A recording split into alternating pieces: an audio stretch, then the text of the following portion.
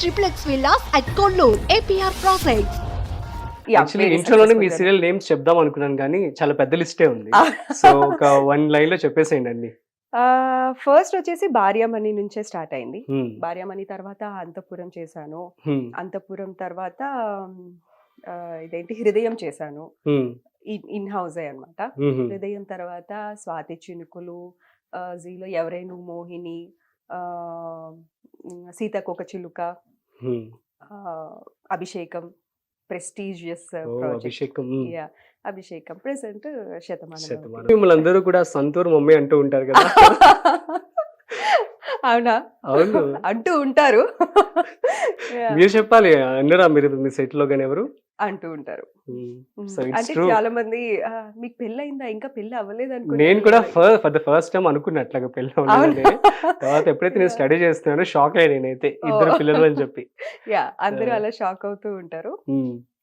పెళ్ళయింది, 2 కిడ్స్ ఉన్నారు, పాప. Super super. సో వాళ్ళ పేర్లు? సచిన్ క్రియాంష్ బాబు పేరు, హార్వి కృతి పాప పేరు. ఏం చదువుతున్నారు? And yeah, he's 4th class, పాప ఏమో 2nd class. Super fine. So మీరు ఎక్కడ పుట్టారు, ఎక్కడ పెరిగారు? ఈయన పుట్టింది అంతా అంటే హైదరాబాదే. మమ్మీ వాళ్ళు వచ్చేసి Godavari side, Kakinada. డాడీది Rajahmundry.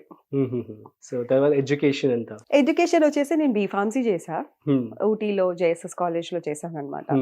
So 4 years అక్కడే తమిళనాడు ఊటీలోనే చేశాను. దాని తర్వాత ఇక్కడ నుంచి అక్కడికి వెళ్ళడానికి కారణం ఏంటి? ఇక్కడ చాలా అప్పట్లో కూడా అంటే ఇక్కడ చాలా అని ఏం లేదు. ఓకే, అంటే నాకు సీట్ వచ్చింది ఊటీలో. జేఎస్ఎస్ కాలేజ్ అది ఫార్మసీకి బాగా పాపులర్ అన్నమాట. సో అక్కడ సీట్ రాగానే ఇంకా అక్కడికి వెళ్ళా. అక్కడ 4 years అక్కడ స్పెండ్ చేసేసారు. వచ్చిన తర్వాత ఎంఫార్మ్ చేద్దాం అనుకున్నాను కానీ కుదరలేదు. సో స్టార్ మహిళ వచ్చింది, స్టార్ మహిళతో పాటు అన్ని ఒకేసారి వచ్చేసాయి. ఇక్కడ 1 year జాబ్ చేసి అప్పుడు చేద్దాము, ఎంఫార్మ్ కి వెళ్దాము అనుకున్నాను. కానీ ఆ 1 year అది చెప్పా కదా, 2 months ఇదిలోనే మొత్తం టర్న్ అయిపోయింది. మీ బెస్ట్ ఫ్రెండ్స్ ఎవరండి? బెస్ట్ ఫ్రెండ్స్ అంటే I'm not a peoples person. నాకు చాలా లిమిటెడ్ గా ఉంటారు. సో అందరితో ఇలా చిల్ అయ్యి గ్యాంగ్ వేసుకొని అలా నాతో అవ్వదన్నమాట. చాలా సెలెక్టెడ్ గా ఉంటారు. నాకు కనెక్ట్ అయితే మాత్రం అసలు వదులుకోలేను, అలా ఉంటుంది. చాలా లిమిటెడ్ గా ఉంటారు. సో స్కూల్ నుంచి ఒక 4-5 members, కాలేజ్ నుంచి ఒక 2-3 members అలా.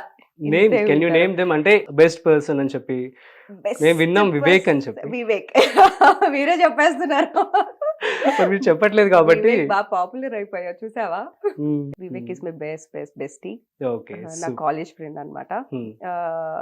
ఫ్రెండ్ అంటే ఏదో కాల్ చేసి ఉన్నావా తిన్నావా కాదు. యా, మనం ఏ స్టేజ్ లో ఉన్నా కూడా ఆ సపోర్ట్ అనేది మనకి రావాలి. ఆ సపోర్ట్ నేను తన దగ్గర నుంచి చూస్తాను అనమాట. యా, ఎవ్రీ టైం నీకు అవసరమా, ఎందుకు పొద్దు నుంచి సాయంత్రం దాకా ఇలా అవుతూ అంటే నా స్ట్రెస్ ని కూడా తను ఫీల్ అవుతాడు. యా, చాలా ఎంకరేజ్ చేస్తాడు. ఒకసారి లో ఉన్నప్పుడు అదేం ఉండదు, యూ కెన్ డూ ఇట్, నువ్వు ఇది చేస్తావు, అలా చాలా సపోర్టివ్ గా ఉంటాడు అనమాట. సో అలా లిమిటెడ్ పీపుల్ లో వివేక్, ఇంకా హ్యాండీ కూడా నా బెస్ట్ ఫ్రెండ్ అనమాట. తను కూడా చాలా సపోర్ట్ చేస్తారు. అండ్ నాకు ఒక ఎంటర్టైన్మెంట్ ఉంది అంటే వీళ్ళ వల్లే అనమాట. సచ్ ఏ స్వీట్ పర్సన్స్ ఇద్దరు. సో ఇంత అందమైన అమ్మాయికి కాలేజ్ డేస్ నుంచి కానీ చిన్నప్పుడు కానీ ఆఫ్టర్ కమింగ్ టు ఇండస్ట్రీ కూడా ఎన్ని ప్రపోజల్స్ వచ్చాయి? కౌంట్లెస్. ఏదైనా బెస్ట్ ప్రపోజల్ ఉందా? బెస్ట్ ప్రపోజల్స్ అంటే చాలా ఉన్నాయి, అన్ని తీసి పడేయలేను. ఎవరికి వాళ్ళ ఇదిలో బెస్ట్ గానే ప్రపోజ్ చేశారు. సో వాళ్ళ ఫీలింగ్స్ నేను హర్ట్ చేయను. దేర్ ఒపీనియన్, అది నా మీద ఆ ఫీల్ అనేది, అది నేను ఎప్పుడు తప్పు పట్టను. ఇంట్రెస్ట్, లవ్, ఆ ఫీలింగ్ ఎక్స్ప్రెస్, అది నేనేం తప్పుగా అలా ఏం ఫీల్ అవును. Okay, you having feelings on me, okay, but నాకు ఇంట్రెస్ట్ లేదు. యూ కెన్ బి ఫ్రెండ్లీ, మనం ఫ్రెండ్లీగా ఉండొచ్చు అంతే. So coming to your marriage, so love marriage or arranged marriage? పక్కా అరేంజ్డ్ మ్యారేజ్. అయ్యో! మా ఇంట్లో స్ట్రిక్ట్‌లీ ప్రొహిబిటెడ్ అన్నమాట. హుహు. దాన్ని మా సిస్టరే బ్రేక్ చేశారు. ఓకే. ఆహా! మీ సిస్టర్ బ్రేక్ చేసారా? తనది love marriage. Okay. Fine. Yeah! Fine. ఆ రూల్‌ని ఏదైతే హ్మ్. లవ్ మ్యారేజెస్ ఎక్కువ ఎంకరేజ్ చేయరు కదా ఇంట్లో. హుహుహు. ఆ రూల్‌ని తనే బ్రేక్ చేసింది. సో, లవ్ మ్యారేజ్ ఒప్పుకున్నారు మీ సిస్టర్‌కి యాహ్! మాత్రం. యాహ్! తనది అట్లాగే లవ్ మ్యారేజ్. హుహుహు. She is very well settled.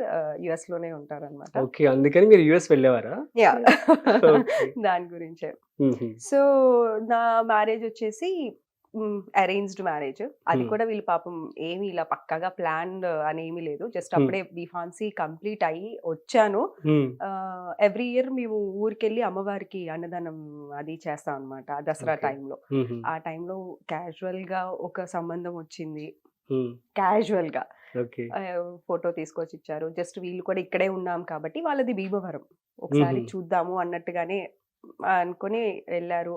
అనుకోకుండా మాటలు వాళ్ళ ఫ్యామిలీ నచ్చి మా ఫ్యామిలీకి అంతా అయిపోయి హ్మ్. వెంటనే ఎంగేజ్‌మెంట్, పెళ్లి. ఓకే. పటాపట్ పట అయిపోయిందన్నమాట.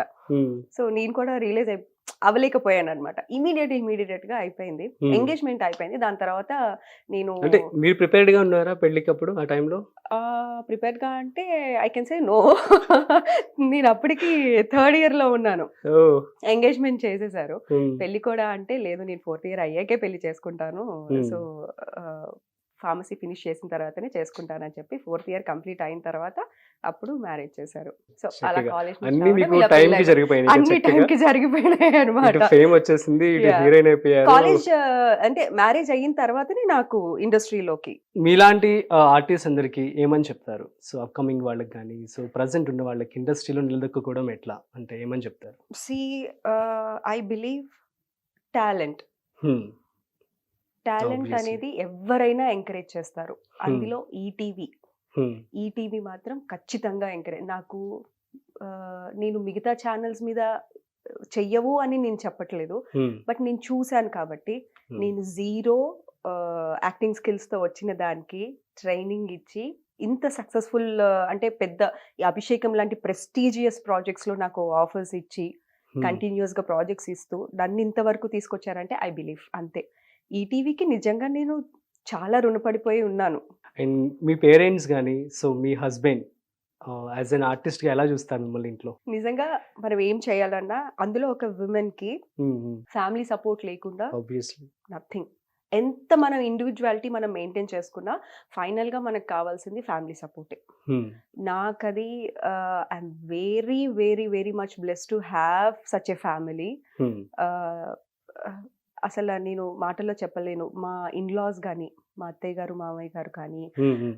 మా పేరెంట్స్, మా మమ్మీ, మా డ్యాడీ గాని, హ్మ్. మా హస్బెండ్ గాని ఎంత సపోర్టివ్ అంటే ప్రతి విషయంలో. సో, మేబీ నేను అంత ఇంట్రోవర్ట్‌కి కారణం కూడా నేను ఇదే అనుకుంటాననమాట. వీళ్ళ ప్యాంపరింగ్ అంటే నా ప్రపంచం వీళ్ళే అయిపోయారు. హ్మ్. సో, నేను బయటికెళ్ళి మాట్లాడి ఇలా చేసుకొని అంత ఇండివిడ్యువాలిటీ నాకు రాలేదు. ఓకే. సో, వాళ్ళు అంత ప్యాంపరింగ్, అంత సెక్యూర్డ్‌గా, అంత సెక్యూరిటీ ఇచ్చి, అంత హ్మ్. సపోర్ట్ ఇచ్చి నన్ను ముందుకు తీసుకెళ్లారనమాట. So, they are very supportive. Okay. మా అత్తయ్య గారైతే అదేంటి స్టార్టింగ్‌లో భార్యామణిలో ఇలా సీరియల్స్‌లో చేయమన్నారు. చాలా బావుంటది వాళ్ళు సీరియల్స్ చూస్తారనమాట. హుహు. వెళ్ళు, వెళ్ళు చెయ్యి. హ్మ్. ఇప్పుడున్న దాంట్లో ఆ మాట అనేది కష్టం కదా! కష్టం గదా! యాహ్! ఒప్పుకోరసలు. అమ్మో! Cinema yeah! వాళ్ళ ఎందుకు సినిమా అప్పుడు వద్దు అంటారు. అది ఆ టాక్ అనేది హ్మ్. హ్మ్. అది ఎలా ఉన్నా ఏంటా అని మనం చేసేవాళ్ళు మనకు తెలుస్తది. అవును. బట్ అది ఆ థాట్ అనేది వాళ్ళ మైండ్‌లో ఫిక్స్ అయిపోయింది కాబట్టి, హ్మ్. అయినా నాకు సపోర్ట్ చేసి పంపించారంటే, నా హ్మ్. పేరెంట్స్ నన్ను ఒప్పుకొని ఇందులోకి పంపించడం అనేది గుడ్ థింగ్. ఐ అదసల I can't express that feeling.